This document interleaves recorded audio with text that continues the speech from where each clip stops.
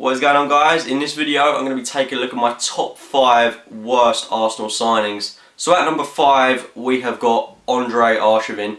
At the time he looked to be one of the world's greatest prospects. He was and in his first season at Arsenal he really did prove to be an excellent player. But it really went downhill from there, and you got to say he was being played out of position at times, but at times he really did look like he didn't want to be at the club. He looked very lazy, but he's now playing for Zenit St. Petersburg. He's back in his hometown, so I'd like to wish him all the best for the future, really. And he's my number 5 worst Arsenal signing. At number 4, it's got to be Danny Olsen. Did absolutely nothing at Arsenal for the time he was there. He's had loan spells here, there, and everywhere. He's out the club now. I can't even remember where he's gone. But he was never truly going to make it at Arsenal, and for that reason, got to be my number 4. At number 3, got to be Johan de Giroud. Very, very, very average player.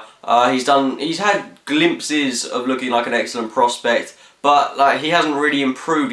If he was going to make it at Arsenal, he's really got to start improving his game, and he's had loan spells pretty much everywhere you can think of. He's done nothing special for Arsenal, and for that reason, got to be my number 3. At number 2, Marouane Chamakh. At the time we got him on a free transfer from Bordeaux. He played a couple of really good games, scored quite a few goals. But then again, it really went downhill from there. You can't help but feel maybe if Robin Van Persie hadn't returned from injury and started banging in goals, Chamakh wouldn't have really dropped his form, because he wasn't quite on red hot form at the time. It's just the return of Van Persie. He was cast out of the first team really and got very few minutes on the pitch, and his confidence really did drop from there. But after that, he really kind of made it quite clear that he didn't want to be with Arsenal after having various loan spells away from the club. Now playing for Crystal Palace, and he is my number 2 worst Arsenal signing. And at number 1, it's got to be Squillaci. Why did we even buy him in the first place? I know we needed another centre-back, but this guy was absolutely terrible.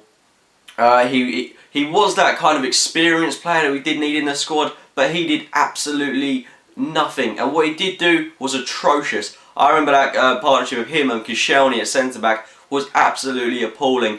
Frankly, I'm glad he's away from the club. I don't really know why we kept him in the club for the past 2 years, because he hasn't even had a glimpse of first team action.